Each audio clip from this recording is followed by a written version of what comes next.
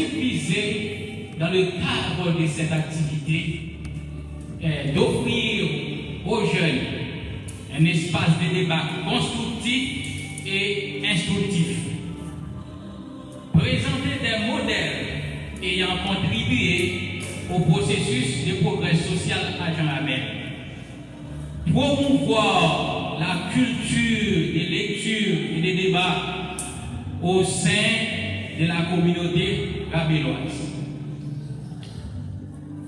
L'éducation joue un rôle dans le développement durable de toutes les sociétés du monde.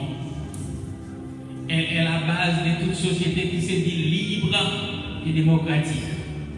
Elle contribue à préparer le prototype des citoyens qu'on aspire pour la société, des citoyens créateurs, producteurs, responsables et engagés, des patriotes, des citoyens d'humanité ayant pour vocation d'apporter leur contribution dans les changements social et sociétal.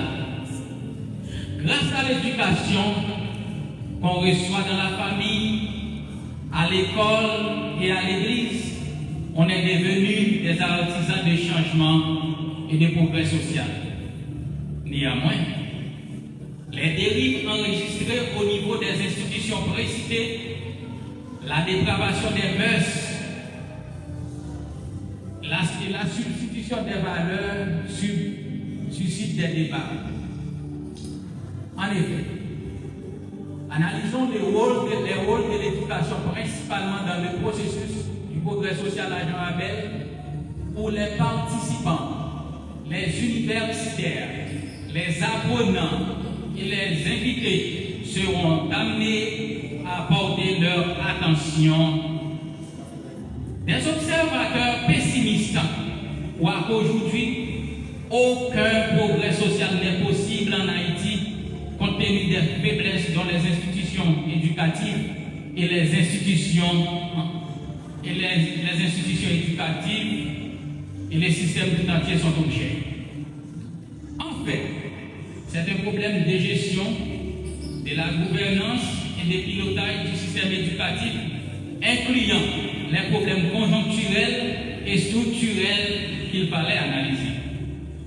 Par ailleurs, puisque les institutions éducatives que nous avons à Jean-Abel sont les composantes du système ou du sous-système, on ne peut guère les mettre à l'écart dans nos réflexions et nos débats. Après avoir fait ce constat, nous avons manifesté l'intérêt de poser cette question. Quel est l'apport de l'éducation dans le processus du progrès social à Jean-Abel? Après la mort de Dessalines, dans le royaume du Nord, précisément, Christophe avait fait appel à des techniciens anglais maîtrisant la pédagogie lancastérienne, méthode qui était en vogue en Angleterre durant la deuxième moitié du XVIIIe siècle, pour former nos jeunes qui, par la suite, seront des formateurs.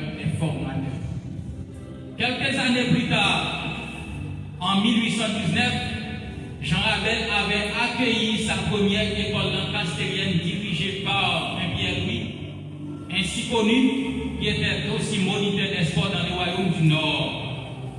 En janvier 1903, la congrégation des filles de la sagesse fondait sa première école à Jean-Abel, dénommée Marie-Reine des Cœurs. 18 ans après, soit dans l'année 1921, la deuxième école nationale avait été créée à Jean-Abel. C'était l'école nationale Alcius Célestin, qui est devenue aujourd'hui l'école nationale Jacques Maupas. Elle porte ce nom en l'honneur de Jacques Maupas, originaire de Jean-Abel, un homme qui avait lutté pour l'indépendance d'Haïti.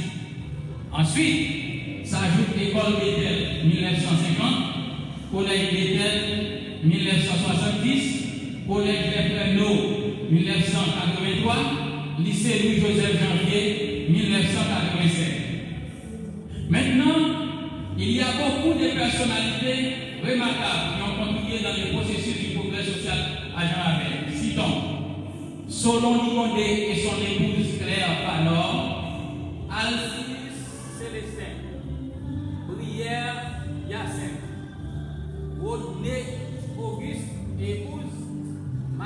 Auguste Bélis, Jean Duponté, les frères Beaubrun, Michel et Bernard, Larieux Saint-Paul, Joseph Williamson, Bradel Lucas et Bradel Noël. Maintenant, après avoir présenté l'historicité